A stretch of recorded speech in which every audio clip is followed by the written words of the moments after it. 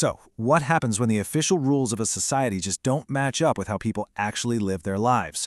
Well, that's exactly what we're going to explore as we journey back to ancient India between roughly 600 BCE and 600 CE. We're going to uncover the fascinating gap between the prescribed social norms and the messy, complex reality of it all. And our main guide on this journey?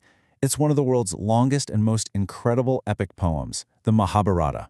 Now, this story of a massive war between cousins is so much more than just a myth. For historians, it's like a treasure chest absolutely packed with clues about the kinship, the caste, and the class structures of an entire civilization. So here's the plan.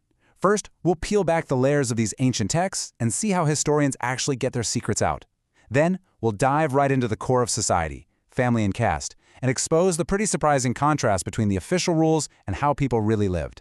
And finally, we're going to put these stories to the ultimate test, comparing them to what's been literally written in stone. Okay, so how in the world do you turn an epic poem, one filled with gods and heroes, into a reliable historical document? Well, it's all about critical analysis. It's about learning to read between the lines of the story.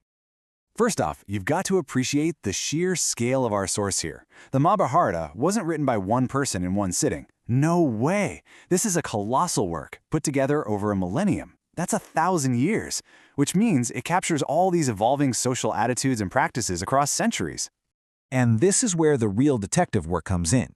Historians don't just take one text at face value. They compare the official Sanskrit versions, which were often written by and for the Brahmana elite, with other sources, things like texts written in common languages and, of course, physical archaeology, to see where the stories line up, and more importantly, where they don't. All right, let's get to our first case study, the family. It's the fundamental building block of any society. So, what were the rules? And, who was breaking them? The official ideal was crystal clear: Patriliny. This means everything. Power, property, your whole family line. It all passed from father to son. In fact, the central conflict in the Mahabharata itself is a catastrophic war fought over this very principle. And this idea ran deep. I mean, really deep. This quote right here is from a Rigvedic marriage mantra, which is over 1,000 years old.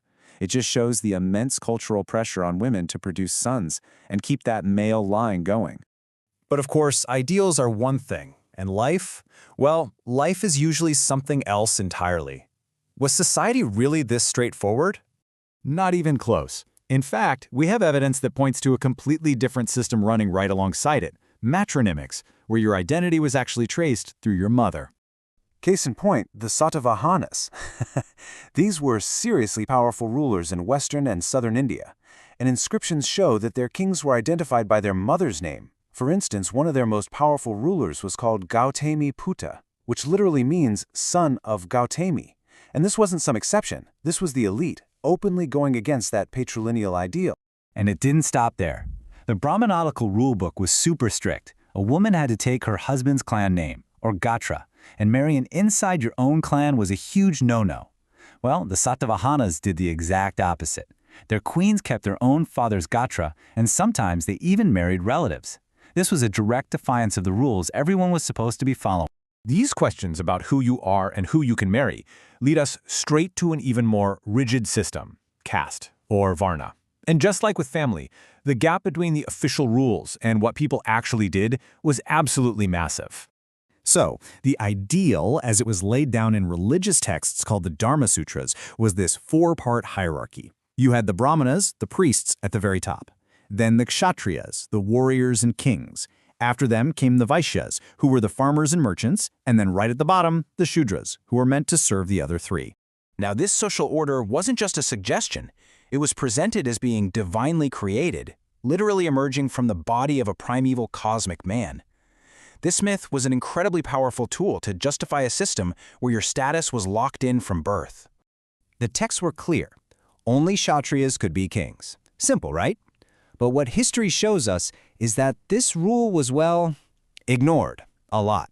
In fact, some of the most powerful dynasties, like the Mauryas, were actually described in Brahmanical texts as being of low origin.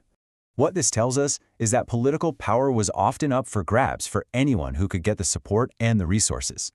You had rulers like the Shakas, who came from Central Asia and were labeled as barbarians by the elite, yet they became powerful kings who were totally familiar with Sanskritic traditions. Power, it seems, could definitely trump religious rules. But what happened when someone from the very bottom of the ladder tried to cross those boundaries?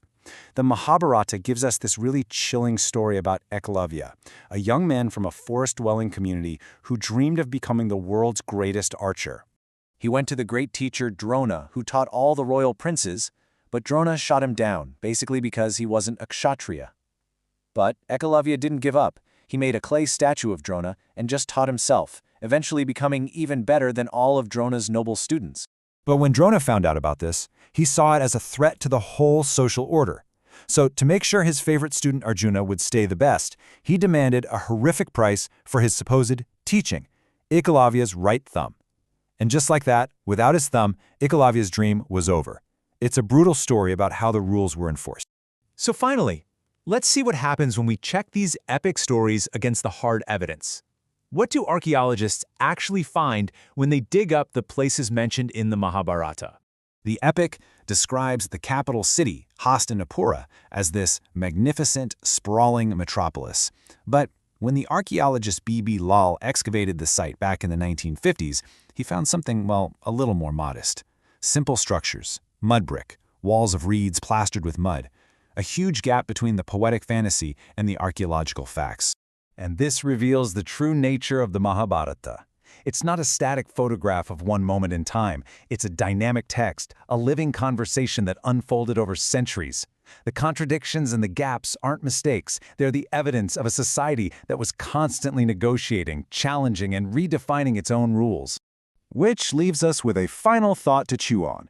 If the so-called rules of a society are constantly in flux, being bent, broken, and rewritten by the very people they're meant to control, what does that tell us about the nature of social structures, both back then and maybe even now?